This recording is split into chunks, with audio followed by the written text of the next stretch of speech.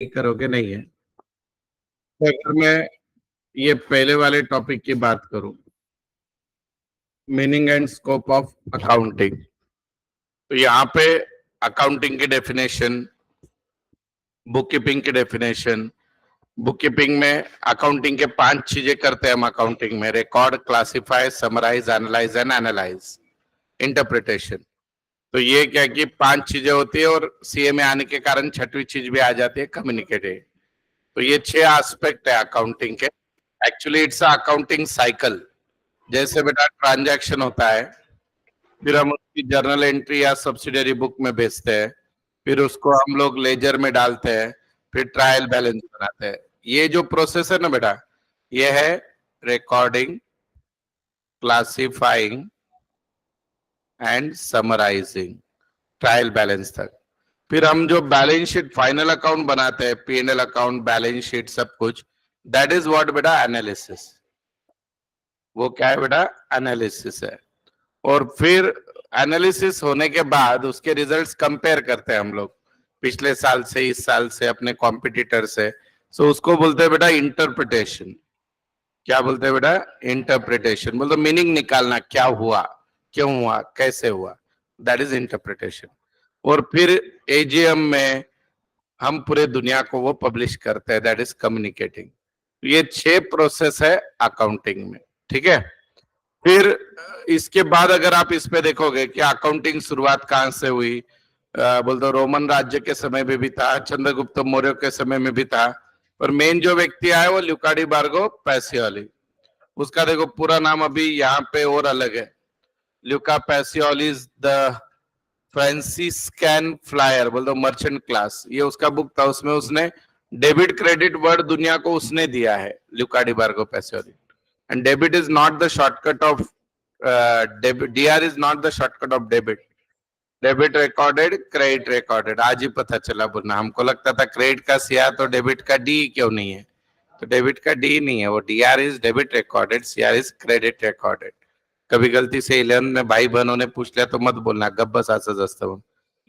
फिर उसके बाद ऑब्जेक्टिव्स में जो है कि बाबा सिस्टमैटिक रिकॉर्डिंग ऑफ ट्रांजैक्शन, इससे आपको रिजल्ट पता चलते हैं, फाइनेंशियल पोजीशन पता चलती है, डिसीजन मेकिंग के लिए यूजफुल होती है, और आपको बिजनेस की फाइनेंशियल कंडीशन पता चलती है, एसेट कितने और लाइबिलिटीज कितने हैं। तो ये यहाँ पे दिए। फिर फंक्शंस क्या है, हम मेजर करते हैं, बजट बनाते हैं, उससे डिसीजन लेते हैं, कंपेयर करते हैं, बिजनेस के लॉसेस एक्सपेंसेस पे कंट्रोल करते हैं, और गवर्नमेंट रेगुलेशन के लिए भी ये कंपलसरी है। Companies act, GST, income tax, इन सब के लिए हमको बुक्स ऑफ अकाउंट मेंटेन करना कंपलसरी है। अब बुक कीपिंग तो वेरी बेसिक थिंग है, तो वहां पे हमारा पर्पस सिर्फ ट्रांजैक्शन को सिस्टमैटिक वे से रिकॉर्ड करना। फिर बेटा बुक कीपिंग और अकाउंटिंग का डिफरेंस दिया है। बुक कीपिंग और अकाउंटिंग का डिफरेंस यानी क्या, आप सभी को पता है, मैं बहुत बार यही बताता हूं आपको कि हमारी जो पूरी दुनिया है बुक के अकाउंट्स की, वो है अकाउंटेंसी, और उसका जो बेस है बेटा, this is book keeping. The base is book keeping. Book keeping is a part of accountancy. पर बुक कीपिंग को अगर आप अकाउंटेंसी बोलते हो तो गलत है। Book keeping is different, accountancy is different. Book keeping में सिर्फ बेसिक काम होता है, जर्नल एंट्री करना, लेजर में डालना, ट्रायल बैलेंस बनाना, that is subsidiary book, journal, ledger and trial balance, that is called book keeping. पर फाइनल अकाउंट बनाना, इंटरप्रिटेशन करना, ये सब किस में आता है? अकाउंटेंसी। पर अकाउंटेंसी तभी शुरुआत होगी जब बुक कीपिंग होगी, तो book keeping is connected with accountancy. So first book keeping done, then accountancy. ये ऐसा इनका मीनिंग दिया है। फिर अकाउंटिंग के ब्रांचेस कौन कौन से है, जैसे आप जो अभी सीख रहे हो बेटा फाइनेंशियल अकाउंटिंग है, फिर आगे मैनेजमेंट अकाउंटिंग आप सबको आगे आएगा इंटर में।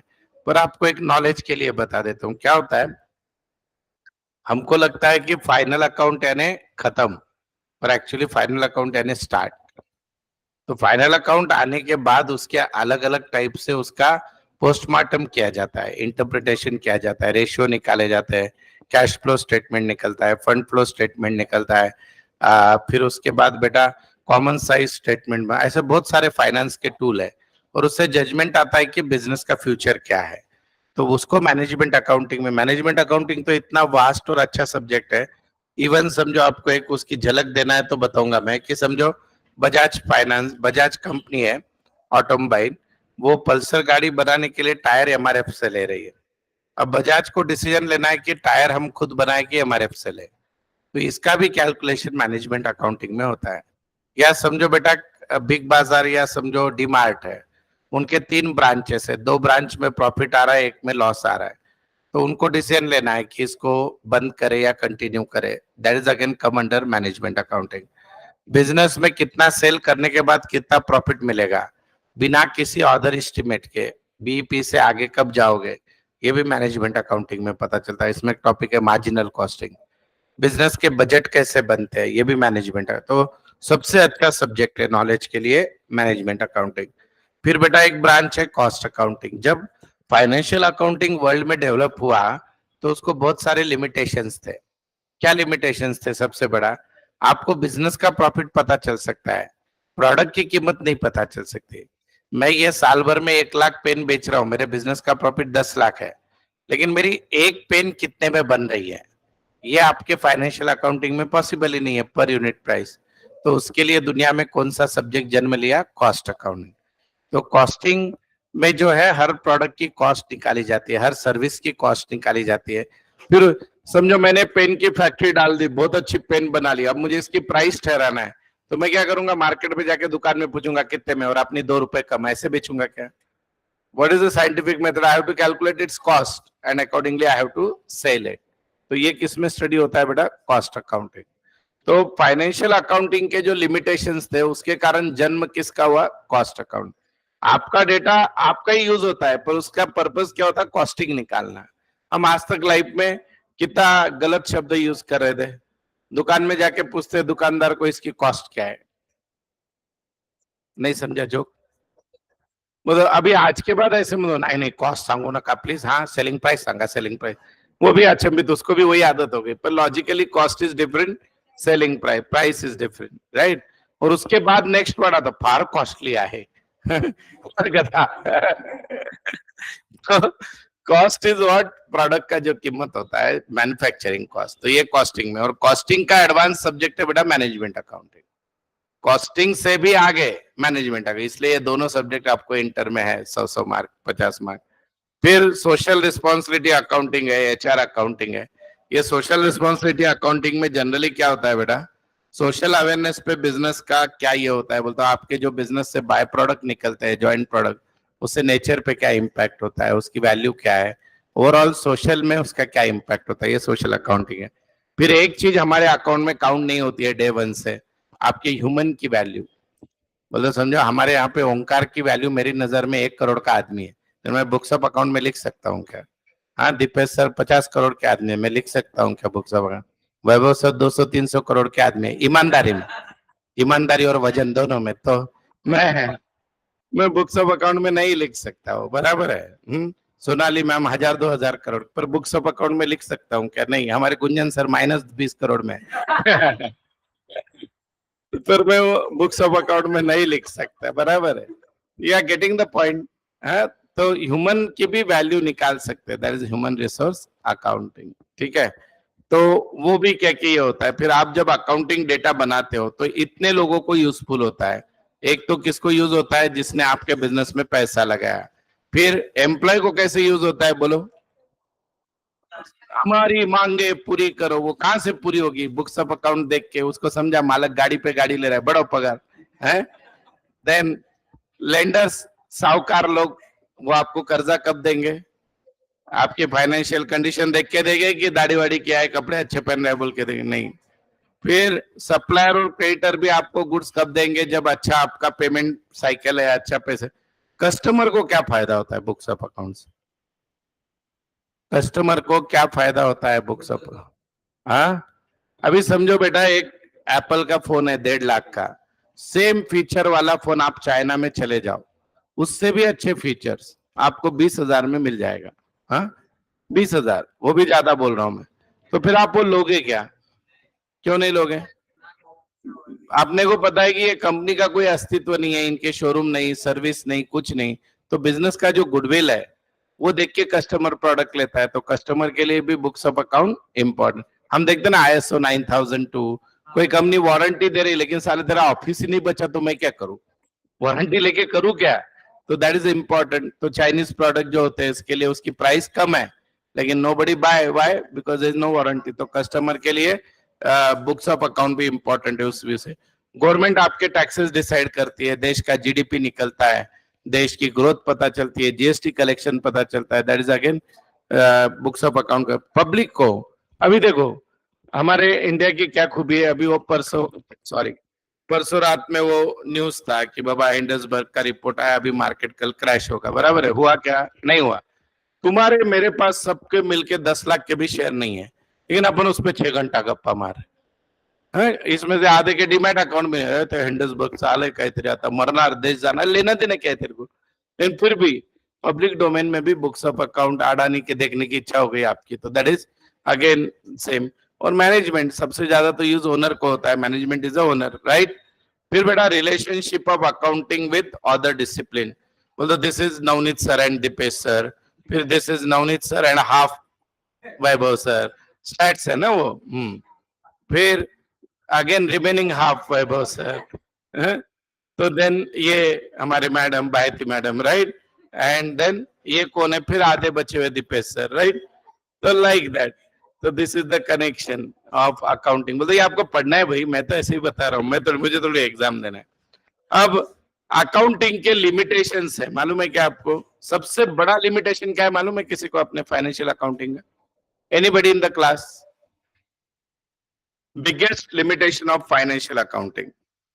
बहुत सारे हैं पर देर इज वेरी मेजर। बोलो बोलो बोलो public.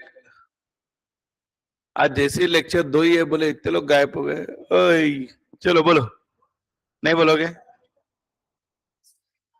Yes, that is the major differ. ये है प्रॉब्लम। हमारी अकाउंटिंग किस पे चलती है? Historical cost, and you can not evaluate business based on historical cost. से फॉर एग्जांपल बेटा, मेरे सर पे आज 5 करोड़ कर्जा है बैलेंस शीट में, बराबर है? और उसके अगेंस्ट एक ही एसेट है, समझो ये वाला क्लासरूम, और ये मैंने लिया था 20 लाख रुपए में। तो मेरे बुक्स ऑफ अकाउंट में आज ये 20 लाख का ही दिखेगा, और इनफैक्ट कम दिखेगा, डिप्रिसिएशन जाके। कर्जा कितना दिखेगा? तो आप क्या बोलोगे? Based on books of account financial condition खराब है, लेकिन मार्केट वैल्यू समझो बेटा इस क्लासरूम की है 10 करोड़। कितनी है बेटा? 10 करोड़। और अपने पे लोन है 5 करोड़। अब फाइनेंशियल कंडीशन कैसी है? अच्छी है। पर बुक्स ऑफ अकाउंट देख के जो जजमेंट था वो सही था या गलत? So this is called as historical cost. तो हम हिस्टोरिकल कॉस्ट इसलिए यूज करते हैं, अदरवाइज कभी बुक्स ऑफ अकाउंट मैच ही नहीं होंगे। अब उसके एडवांस अकाउंटिंग आ गए, इन्फ्लेशन अकाउंटिंग वगैरह, पर हम आज भी कौन सी अकाउंटिंग यूज करते हैं? हिस्टोरिकल। और एक दूसरी चीज है अकाउंटिंग में, इसके गैप बदलते जाते हैं। गैप का फुल फॉर्म GAAP, गप वप नहीं, गैप नहीं, जनरली एक्सेप्टेड अकाउंटिंग प्रिंसिपल। तो it can be change organization to organization, it can be change country to country. पर इंस्टीट्यूट है AS बनाने के लिए, लेकिन फिर भी जिसको जो लगता है वो मेथड्स अलग अलग यूज किए जाते हैं, बराबर है कि नहीं? So because of that, sometime the result, the person who is doing analysis, his interpretation may went wrong. समझ में आ रहा है क्या बोल रहा हूँ? फिर उसके बाद बेटा ये आया था 5 मार्क के लिए क्वेश्चन, अकाउंटेंट का सोसाइटी में रोल क्या है?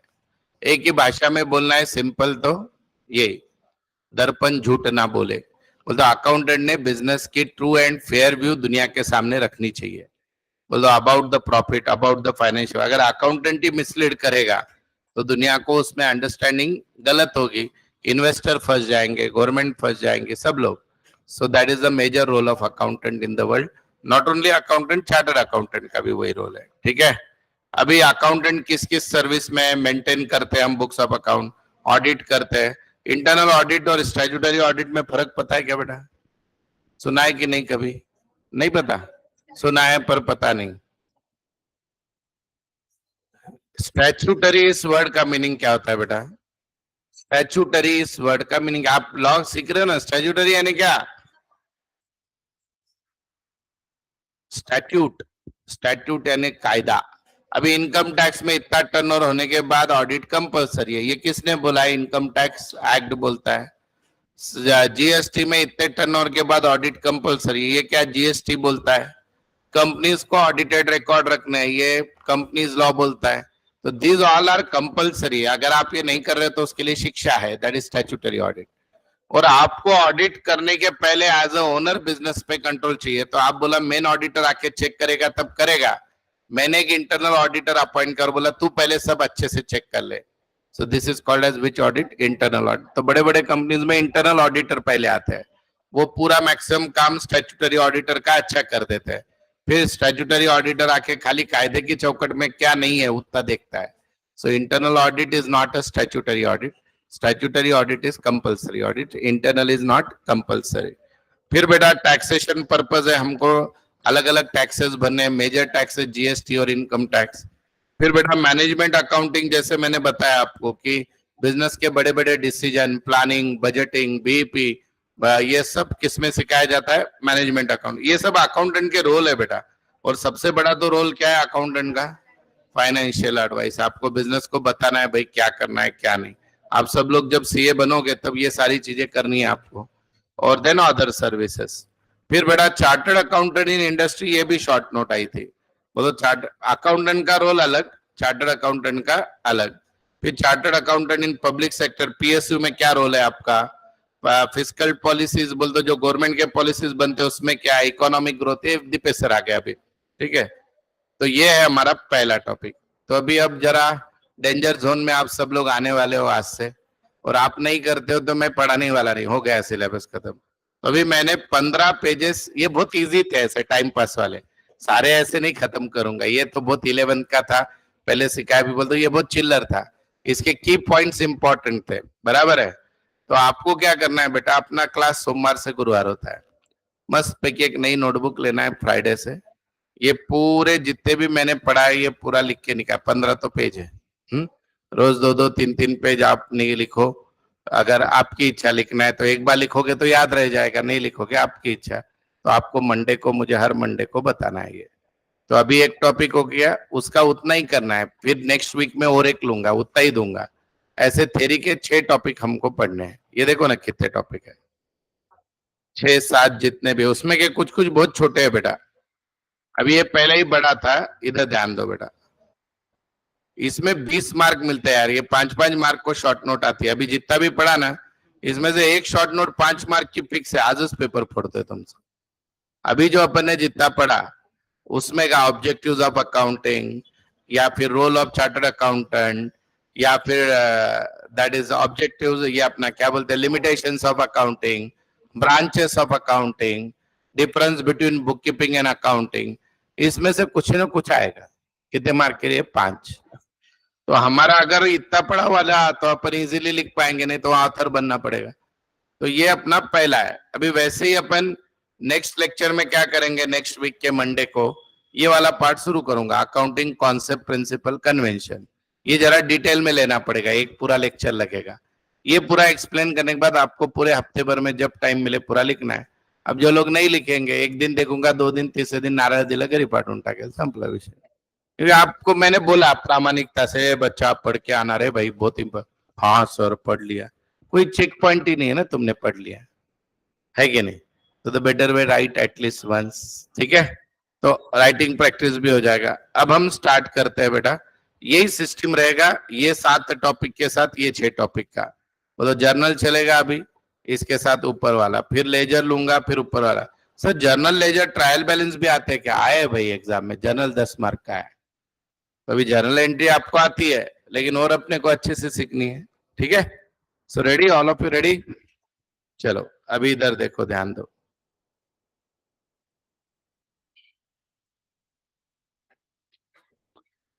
सर जर्नल पे प्रॉब्लम्स ये फाउंडेशन लेवल पे क्यों आ सकता है, उसका लॉजिक है। आपको क्या लगता है सीए फाउंडेशन सिर्फ कॉमर्स वाले लोग करते हैं? साइंस वाले भी करते हैं, हाँ आर्ट्स वाले भी करते हैं, कोई भी करता है। तो उनको फंडामेंटल क्लियरेंस कितना है, बेस कितना है, उसके लिए जर्नल पे प्रॉब्लम आया था। और जर्नल की एंट्री जब भी पूछी थी आज तक, अभी जीएसटी वाली पूछते हैं आजकल न्यू सिलेबस में, जो आपको नहीं आती है। ठीक है, क्या आती है? आती है। चलो अभी देखते हैं हम कितना क्या किसको आता है। इधर ध्यान दो बेटा, आपको पता है कि हमारे अकाउंटिंग के बेटा दो मेथड्स है। पहले मेथड का नाम है मॉडर्न मेथड और दूसरी है ट्रेडिशनल मेथड। आप में से कितने लोगों को मॉडर्न अकाउंटिंग पता है नहीं है, बोलो। नहीं पता? मॉडर्न अकाउंटिंग, अच्छा ट्रेडिशनल तो पता है कि नहीं? नहीं पता, फर्क नहीं मैं। अच्छा, ये देखो बेटा, सबसे पहले तो एक चीज याद रखो कि हम ये वाला सिस्टम फॉलो करते हैं, डबल एंट्री, सिंगल एंट्री नहीं। बेसिक सिस्टम दो है, Indian and English system. Indian system यानी क्या, बही खाते में जो लाल बुक होती है ना दुकान में, बही खाता बोलते हैं रोज में, उसमें लिखते हैं, वो इंडियन सिस्टम है। फिर डबल एंट्री बुक कीपिंग में दो मेथड है, single entry and double entry. Single entry is non scientific method, जिसमें मन में आया वैसा most of the transaction recorded once, उसका कोई साइंटिफिक रेफरेंस नहीं है, ना उससे फाइनल अकाउंट बनता है। फिर जो डबल एंट्री है उसमें मॉडर्न सिस्टम एक है और एक है बेटा ट्रेडिशनल। कौन कौन से बेटा? मॉडर्न और ट्रेडिशनल सिस्टम ऑफ अकाउंटिंग। अब मॉडर्न और ट्रेडिशनल सिस्टम ऑफ अकाउंटिंग जो है, ट्रेडिशनल में आप सबको पता है अकाउंट के दो क्लासेस है, पर्सनल, बोलो भाई, रियल नहीं है, दूसरा है इम्पर्सनल। 11 भूल गए सब। पर्सनल में कौन आता है? सारे टाइप के नाम, natural human being, artificial human being, group of human being. यानी क्या, रमेश, दिनेश, राजेश, अमिताभ बच्चन, मोदी, ये अपन सब लोग कौन है? Natural person. आर्टिफिशियल पर्सन यानी name of the unique ambitious classes, artificial person.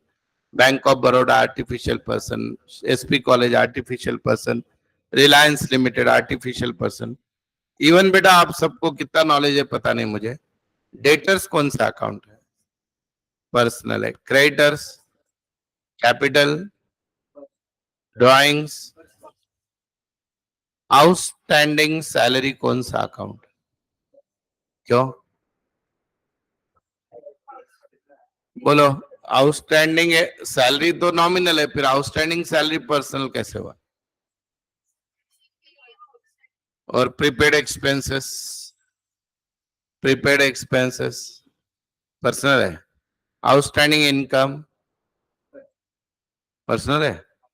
Pre received income, full to परेशान, कैसे होगा? घर में 11वीं में कोई है समझो तो भाग जाओ तुम, तुमको पूछ के आएगा, दादा तू सीए करतोय सांग, दादाची वाट लागलेली आहे, दादा 11वीत झोपत होता मानधनी सरांनी शिकवलं तरी, बोलो। अरे गधे लोग, ये सब के सब पर्सनल अकाउंट है जितने बोले मैं। Even bills receivable and bills payable also personal account. अरे वो उस व्यक्ति के नाम से रिकॉर्ड होता है जिसको देना है, जिससे आना है। Expenses is nominal but outstanding expenses is personal. अरे मुझे बताओ, अच्छा अभी एक, एक तो ये कितने लोग, अच्छा ये पर्सनल समझा, इम्पर्सनल नहीं है तो कौन है फिर? रियल और नॉमिनल। रियल में क्या आते हैं? सारे एसेट, और नॉमिनल में क्या आते हैं? Expenses, losses, income, gains. ये तो पता है। पर्सनल का रूल बोलो। Debit the receiver, credit the giver. Real का debit what comes in, credit what goes out. और नॉमिनल का expenses, losses, credit all incomes and gains. अब सुनो बेटा, एक सबसे बड़ी चीज आपको ये याद रखनी है, जब हम फाइनल अकाउंट बनाते हैं, मेजरली बेटा हम दो चीज करते हैं, एक बनाते हैं इनकम स्टेटमेंट और एक बनाते हैं पोजीशन स्टेटमेंट। कौन सा बेटा? Income statement, position statement. Income statement यानी क्या बेटा? Trading account, P and L account. और पोजीशन स्टेटमेंट यानी क्या बेटा? Balance sheet. तो ट्रेडिंग और पी एंड एल में बच्चा सिर्फ नॉमिनल अकाउंट आता है। कौन सा अकाउंट आता है? नॉमिनल। और पर्सनल और रियल अकाउंट जो है वो कहां पे जाते हैं? Balance sheet. अभी कोई भी इसको एक्सेप्शनल बता दो मुझे, ऐसे होगा ही नहीं। This is the final thumb rule, all nominal. इसलिए outstanding salary trading P and L को नहीं जाती, वो लाइबिलिटी में आती, समझे कि नहीं? क्योंकि वो पर्सनल अकाउंट है बेटा। प्रीपेड एक्सपेंसेस पर्सनल अकाउंट है, आउटस्टैंडिंग इनकम पर्सनल अकाउंट है, प्रीरिसीव्ड इनकम पर्सनल है, debtors creditor personal account, BR BP personal account, bank balance personal account, फिर कैश, बिल्डिंग, मशीनरी, ये सब क्या है? रियल अकाउंट, एसेट, इसलिए वो balance sheet. Capital, creditors, bank loan सारे पर्सनल है, इसलिए liability. In fact most of the 90 क्या सारी लाइबिलिटी पर्सनल अकाउंट होता है। सारी लाइबिलिटी क्या होता है बेटा? Personal account. और एसेट जो होता है पर्सनल या रियल होता है। पर ट्रेडिंग पैनल में सिर्फ क्या आता है? नॉमिनल। तो इसलिए बहुत बार ये डिस्प्यूट होता है कि परचेस रिटर्न, सेल्स रिटर्न, हमको लगता है कि वो रियल है, गुड्स है, पर वो नॉमिनल है। कौन सा अकाउंट है बेटा? नॉमिनल है। अभी ये फिर इनके रूल है, पर्सनल अकाउंट रूल क्या है बोलो? Debit the receiver, credit the giver. इसका और एडवांस रूल ये है बेटा, debit the debtor, credit the creditor. Sir नहीं समझा। अरे बच्चा, जिससे पैसा आना है उसका अकाउंट हमेशा डेबिट करो, जिसको पैसा देना है उसका अकाउंट हमेशा क्रेडिट करो, क्योंकि उसने कभी तो आपको गिवर हुआ है इसलिए वो क्रेडिट है, रिसीवर हुआ है इसलिए वो डेटर है। समझे?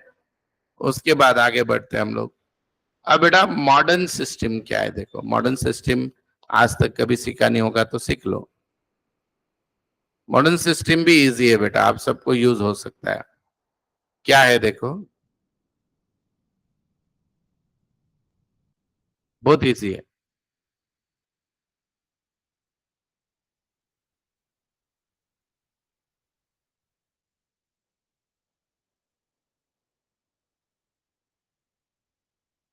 बेटा आप सबने ट्रायल बैलेंस सीखा है, बराबर है? ड्राइंग्स भी लिख सकते हैं, नहीं लिखा तो भी चलेगा। आप सबने ट्रायल बैलेंस सीखा है। एसेट का बैलेंस कौन सा होता है? लाइबिलिटी का।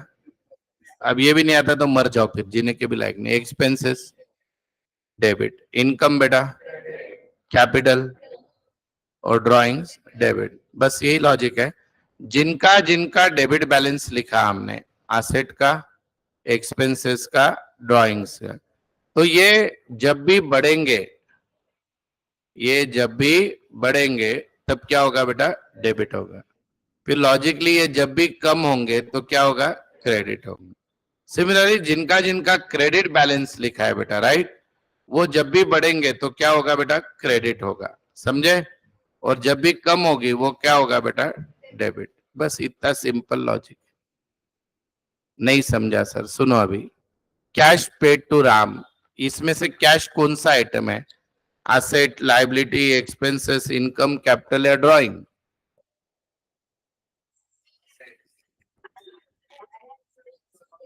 अरे भाई मेरे, कैश एक्सपेंसेस कैसे के?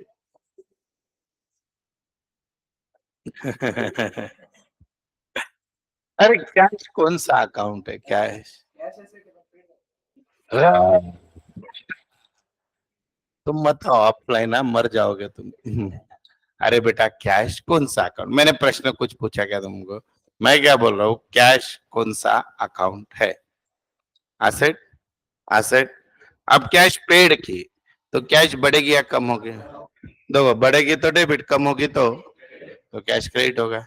अब भाई कैश रमेश को पेड की, हाँ, अब रमेश किसी को भी जब हम कैश पेड करते हैं तो आपका डेटर है, बराबर है? डेटर बन गया तो डेटर यानी एसेट बढ़ गया, तो क्या होगा? Ramesh account debit. आया ना? सैलरी पेड 5,000, बोलो सैलरी क्या है? तू बोल भाई, तू जो बोल। हाँ, सैलरी क्या है?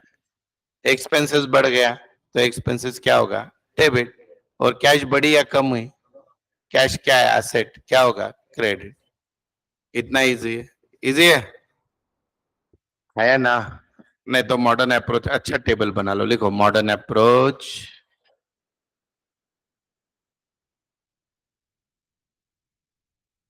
मॉडर्न अप्रोच में ड्राइंग्स नहीं लिखा तो भी चलता है बेटा, हाँ?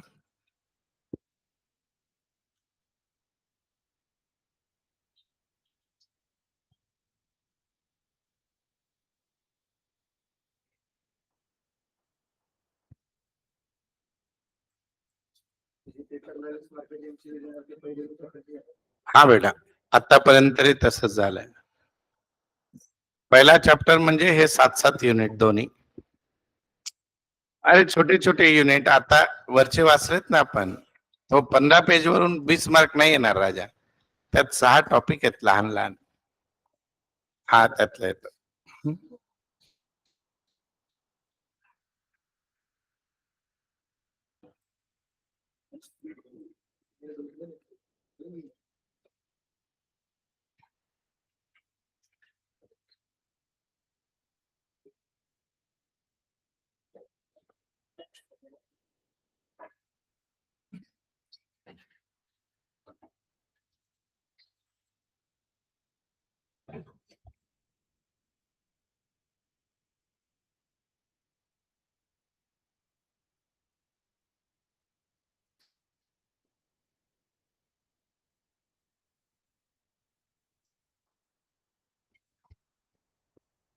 कशाची काय? अच्छा घे ना, घे घेऊन जा. मला नको काही, नाही मला नको याचे, घेऊन जा.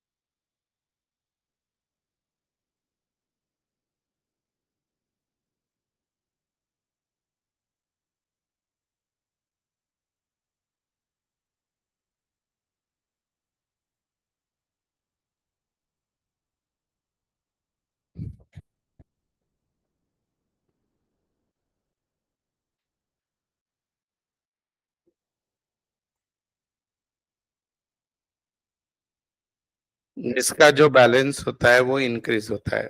ये डेबिट है इसलिए डेबिट इंक्रीज, क्रेडिट है इसलिए क्रेडिट इंक्रीज, डेबिट है इसलिए डेबिट इंक्रीज, क्रेडिट है इसलिए क्रेडिट इंक्रीज, क्रेडिट है इसलिए क्रेडिट इंक्रीज. इसको मॉडर्न सिस्टम ऑफ अकाउंटिंग बोलते हैं.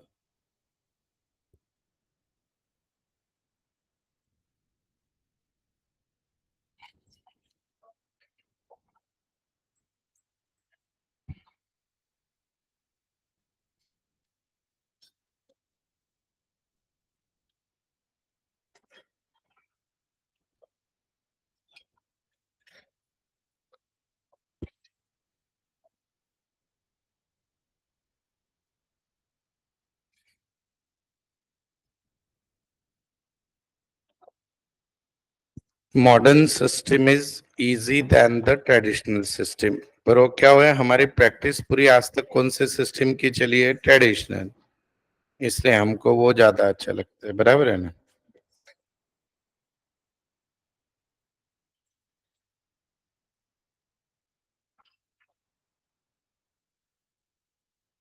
ये पेज नंबर 51 पे भी दिया है, देख लेना. पेज नंबर 51 पे दिया है क्या? देख लो. दिया है क्या? Increase the asset debit, decrease the asset credits. है क्या?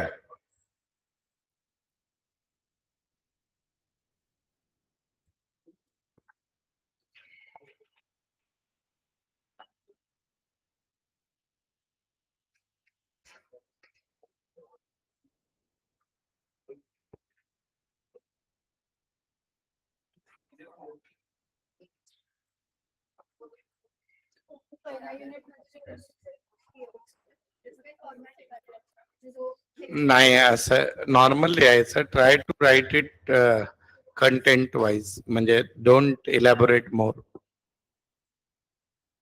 आणि याच्यात काही असं नाही की you should use the book language or something. Just if your concept is clear you can right.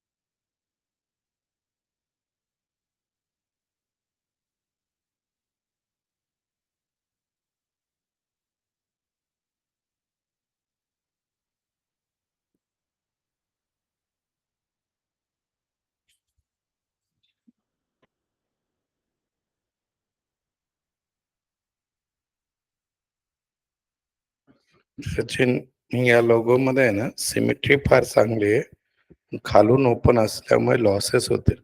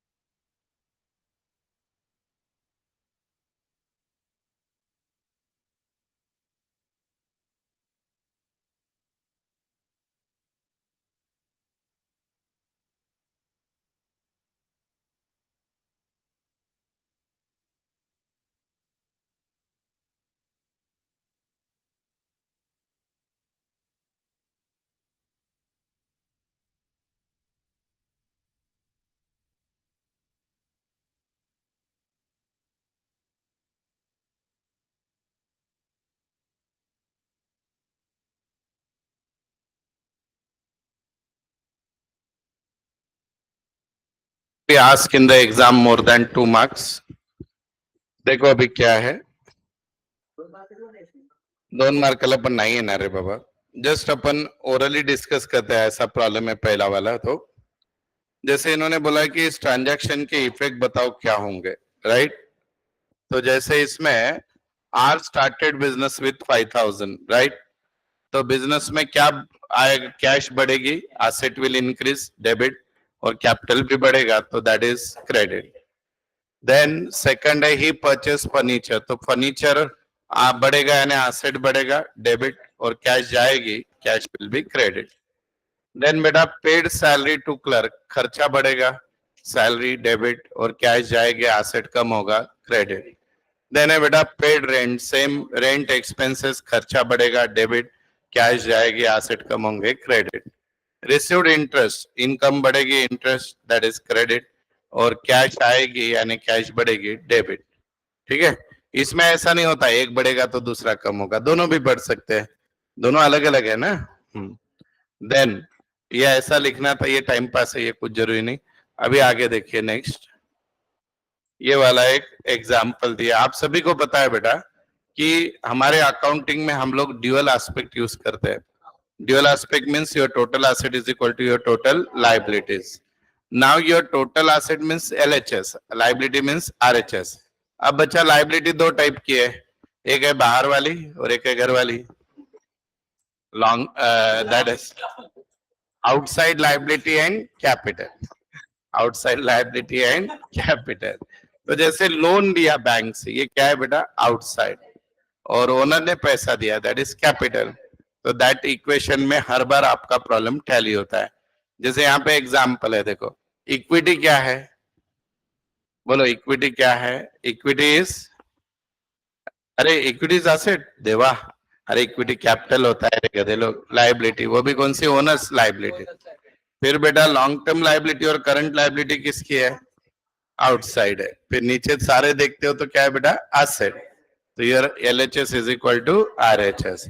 तो इसके थोड़े छोटे छोटे टाइम पास वाले प्रॉब्लम है, वो कर लेते हैं। ये देखो यहाँ पे इक्वेशन दिखा गया आपको, ये खाली फिर थोड़ा डराने के लिए सिंबल, क्या जरूरत है, नहीं ये फालतू बेटा, फिजिक्स विजिक्स लगना लगता है, ये है कि नहीं, E0 L0 फालतू काम नहीं। सो ठीक है। अभी तो कैश में देखो ये सब ले लिया उन्होंने, निकाल दिया, फालतू हो गया, टाइम पास खत्म। इक्वेशन बोल दो मैच करके देखो, ठीक है। अब हम एक एक करके प्रॉब्लम देखते हैं इसका। इन्होंने ओपनिंग डे और क्लोजिंग डे के एसेट और लाइबिलिटी दिए हैं, और उसपे से अपने को क्या ढूंढने को बोला है, reset the equation and find out the profit and prepare balance sheet at the end of accounting period. दिख रहा है सबको, दिखा कि नहीं? चलो अभी एकदम इजी है, सब लोग पहले ये देख के मुझे बताओ। देखो इसमें ये ओपनिंग डे क्या है, बराबर है बेटा, ये कैपिटल दिया है ओपनिंग डे का, राइट, लोन है, trade payable, fix asset, inventory, trade receivable, cash. At least ये तो समझ में आता है, ये लाइबिलिटी है, लाइबिलिटी है, liability, asset asset asset, right. इधर आपको कैपिटल दिया नहीं है, राइट। तो बेटा कैपिटल प्रॉफिट निकालना बहुत इजी है कि नहीं, बताओ मुझे, बोलो कैसे निकालोगे बेटा, कोई भी बोलो, प्रॉफिट कैसे निकालोगे, प्रॉफिट कैसे निकालोगे, नहीं निकालोगे,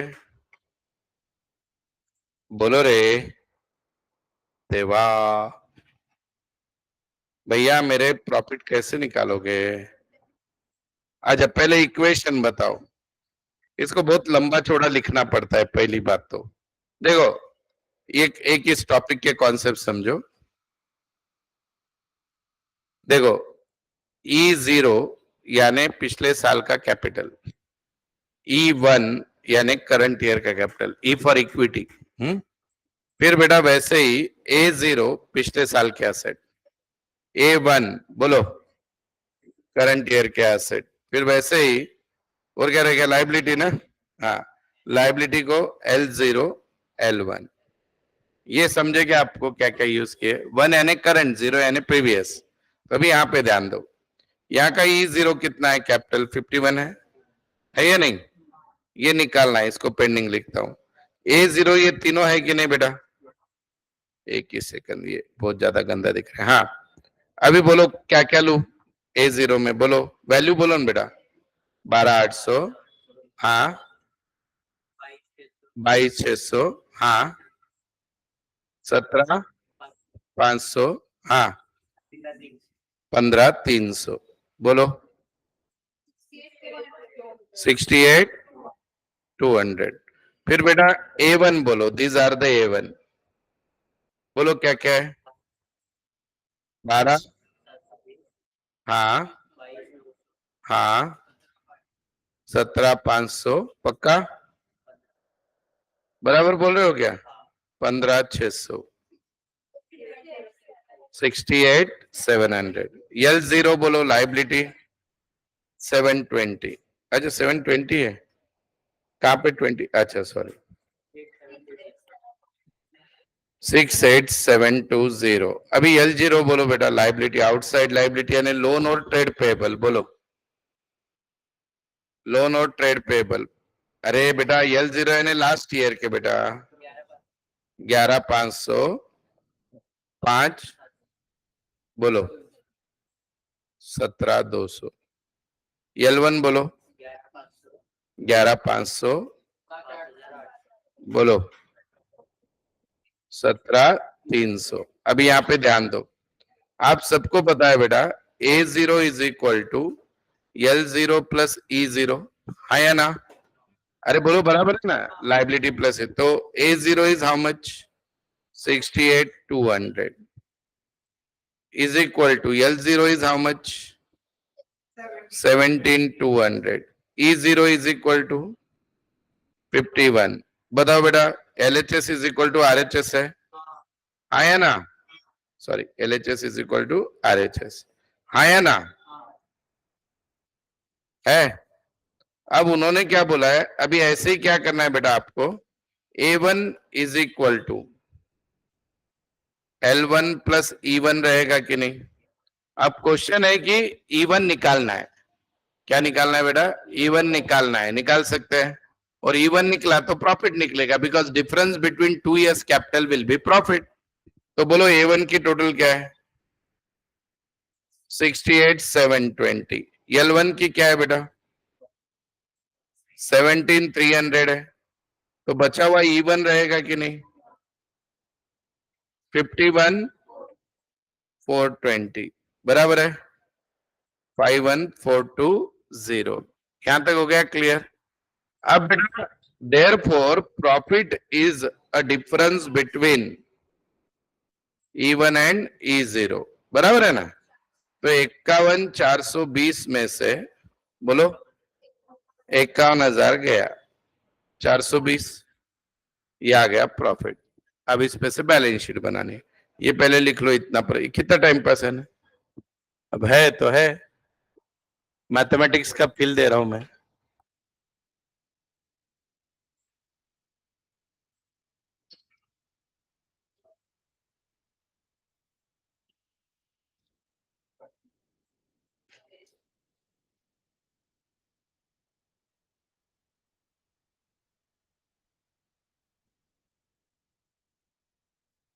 चलो इसको जूम करता हूं पहले।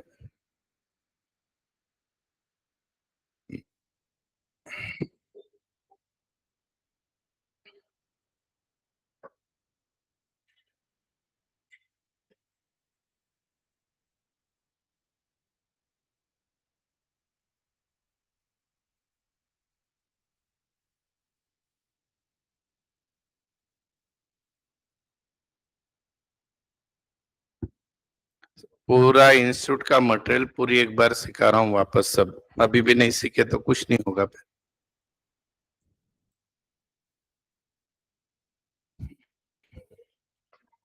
खाली अभी वो रिसेंट वाला टॉपिक वापस नहीं लूंगा मैं, डायरेक्ट रिवीजन। कौन सा? पार्टनरशिप।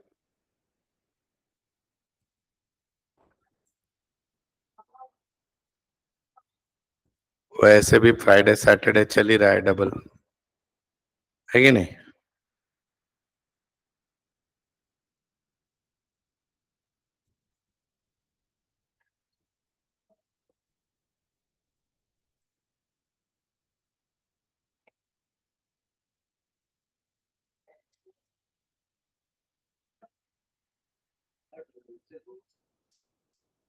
या वर्षी काल टाकले ना मी रील बनवून राहते 15 दिवस अगोदर. म्हणजे दरवर्षी आहे ना 23 फेब्रुवारीला चालू होते, यावर्षी 10 फेब्रुवारी, 10-11.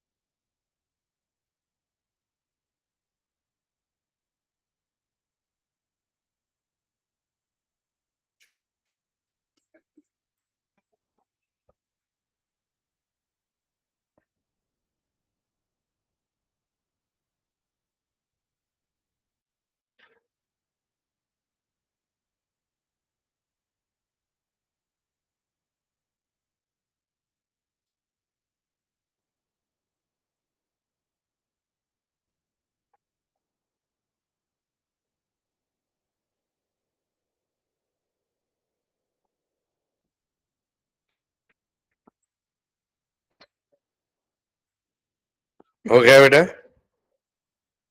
हुआ क्या? सबका हुआ? बोलो रे। चलो अभी नेक्स्ट प्रॉब्लम देखो। अच्छा, इसकी बैलेंस शीट कैसे होगी देखो। करंट ईयर की बैलेंस शीट पूछे, ध्यान दो, आप ही बनाने वाले हो, सुनो। करंट ईयर के जितने एसेट है यहाँ पे लिख देना, ट्रेड पेबल बैंक लोन यहाँ पे आ जाएगा। खाली कैपिटल लिखते हो, कैसे क्या क्या करोगे, पहले ओपनिंग कैपिटल लिखोगे। ओपनिंग कैपिटल कितना था बेटा, 51 था, और उसमें प्रॉफिट ऐड कर दिया तो क्लोजिंग हो गया। प्रॉफिट कितना था, 420, तो 51420, बाकी एसेट लाइबिलिटी लिख के टैली करो। ओपनिंग 51 ही था ना। नॉट फॉर प्रॉफिट में सिखाना रे, कैपिटल कैरी फॉरवर्ड होता है, single entry not for profit.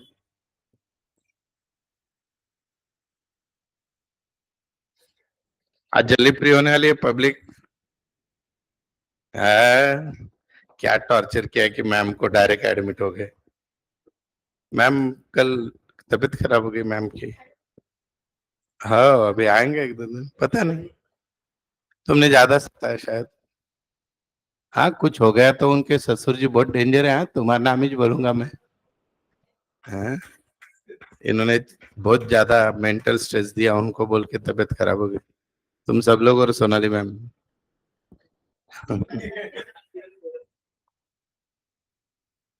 है कि नहीं, ऐसे मजाक कर रहा हूँ ना। हाँ एडमिट हो जाएंगे, ठीक कीजिए।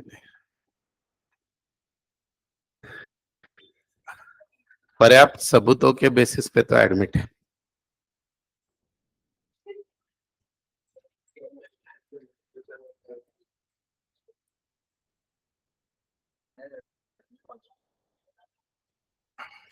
दीपेश सर जिस हिसाब से इतना लंबा गए हैं, मुझे तो डाउट है।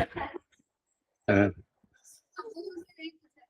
हाँ, जा रहे हैं अकेले।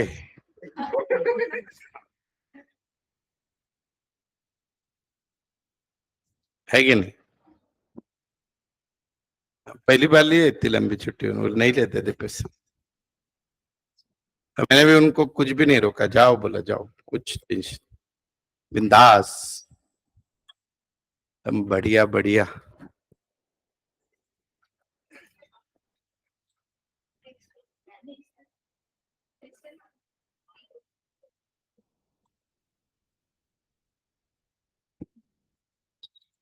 हो गया बच्चे लोग। चलो आगे वाला थोड़ा इंटरेस्टिंग है, आप दिमाग लगा सकते हो क्या, देखो। इसमें आपको ढूंढ के निकालनी है जो चीजें मिसिंग है, कोशिश करो। नहीं आती है तो मैं हूं ना।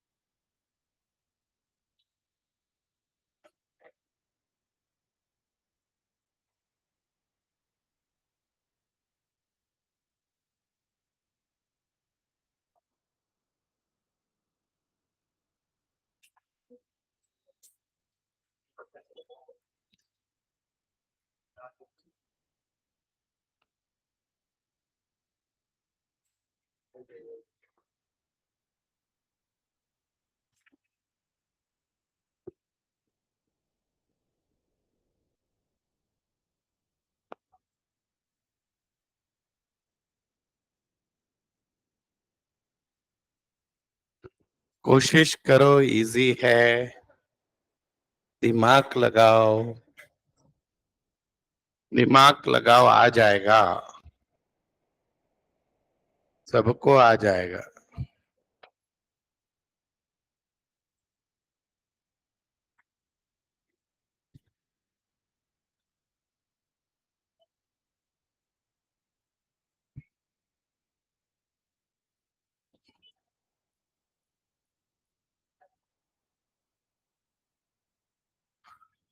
12th वालों फील आने दो दूसरी बार पढ़ने का मुझे।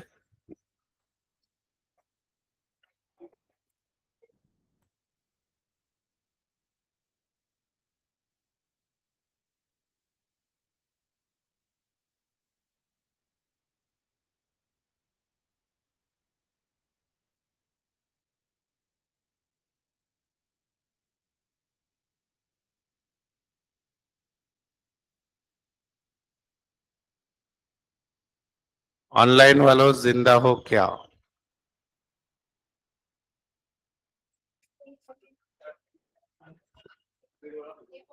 हाँ बेटा,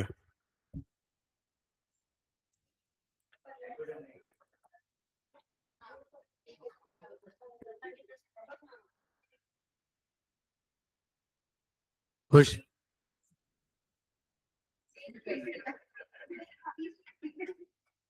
नींद ना आ जाए बस।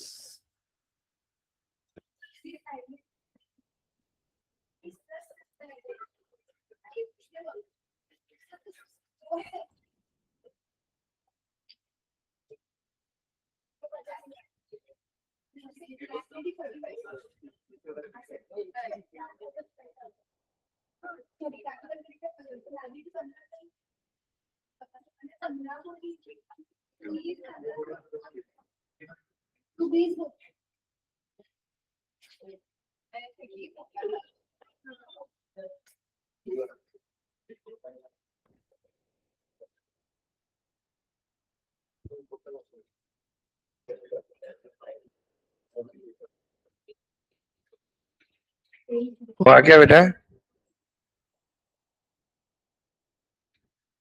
हुआ क्या? अरे बोलो।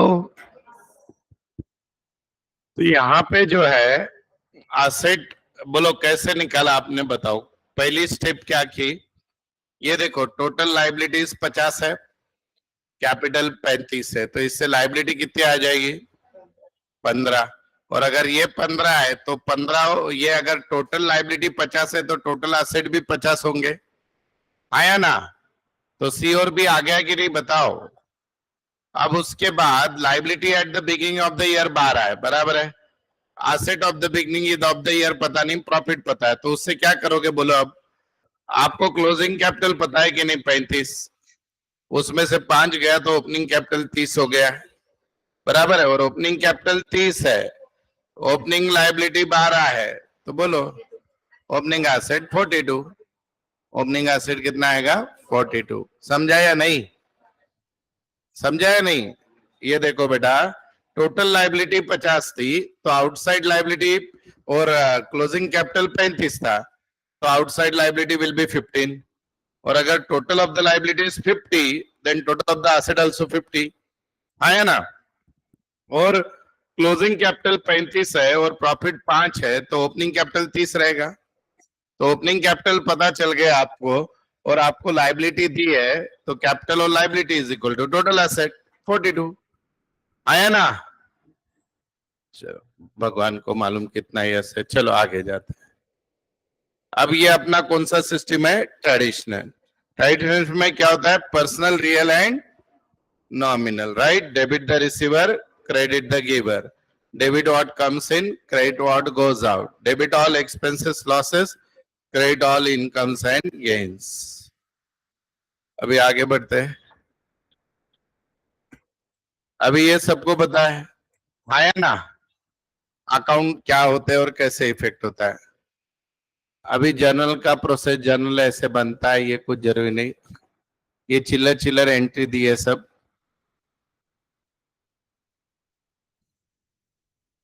हाँ, अभी ये पहला प्रॉब्लम, नॉमिनल लिखना नहीं है, खाली देखो। अभी अकाउंटिंग इक्वेशन अप्रोच और ट्रेडिशनल अप्रोच दिया है, खाली ओरली समझ के लेना है।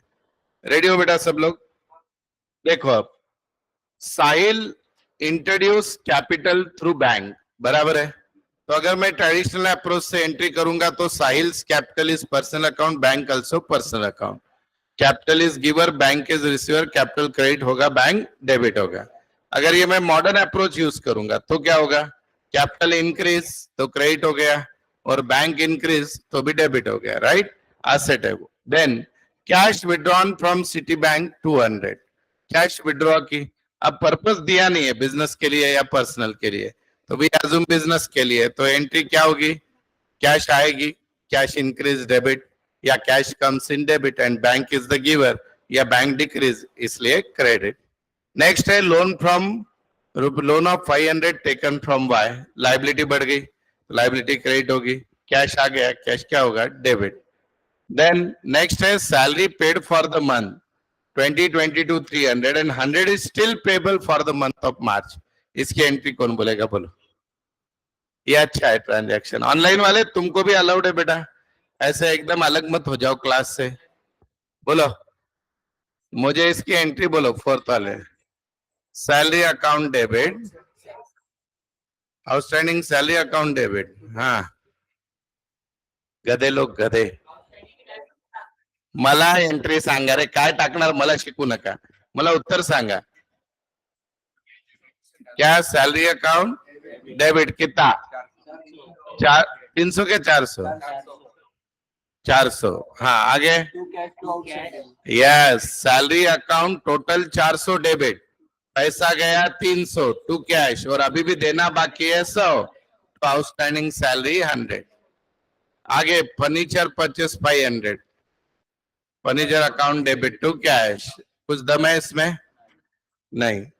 देखो ये दिया है पूरा, अभी वाला ये है. हाँ देखो इसमें है कि नहीं, 400 300 दिख रहा है क्या?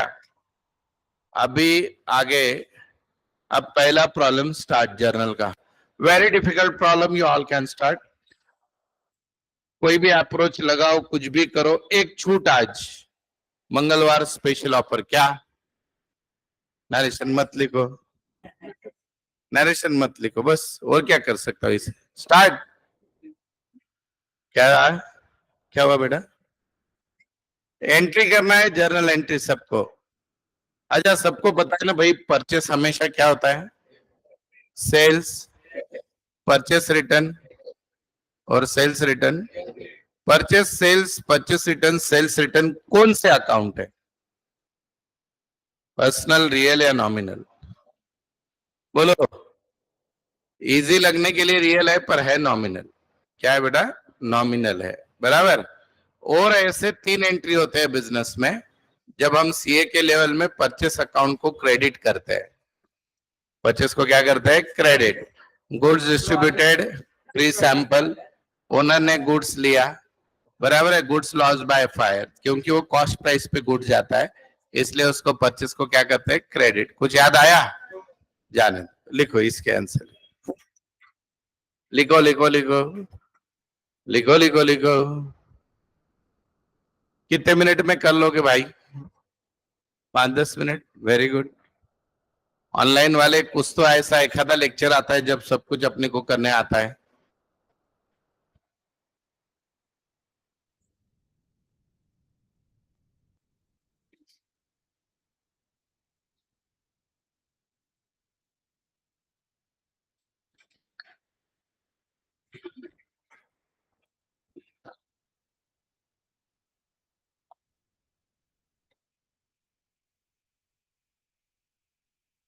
कल अब्सेंट मत रहना, इसके जीएसटी एंट्री सिखाऊंगा कल. हाँ, जीएसटी एंट्री आएगी एग्जाम में, इस बार भी आई थी, अभी क्या टाइम में? हाँ 10.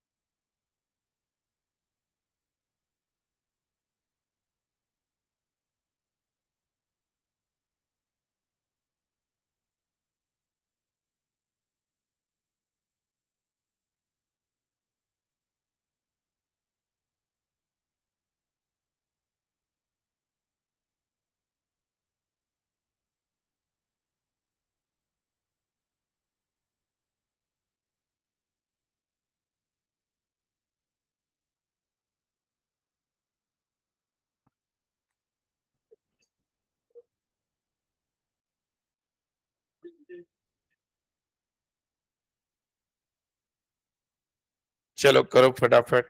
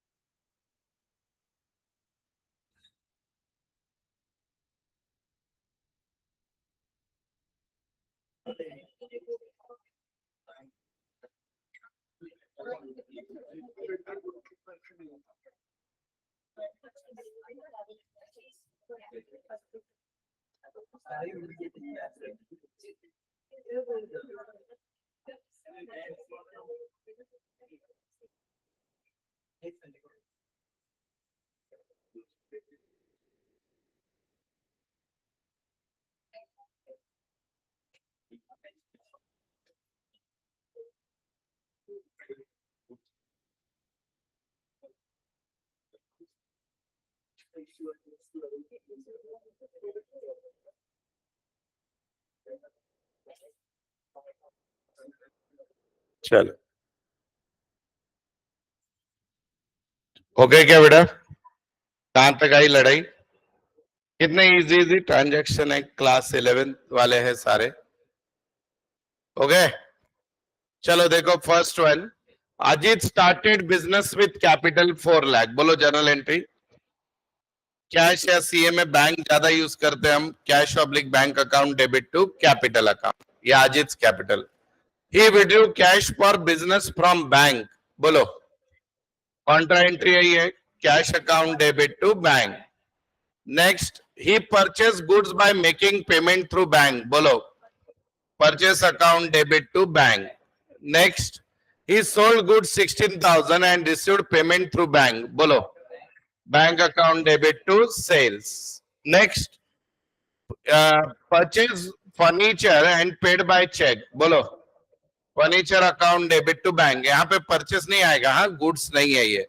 Next, sold goods to Arvind. बोलो बेटा Arvind account debit to sales, party का नाम दिया है तो क्रेडिट ट्रांजैक्शन, राइट।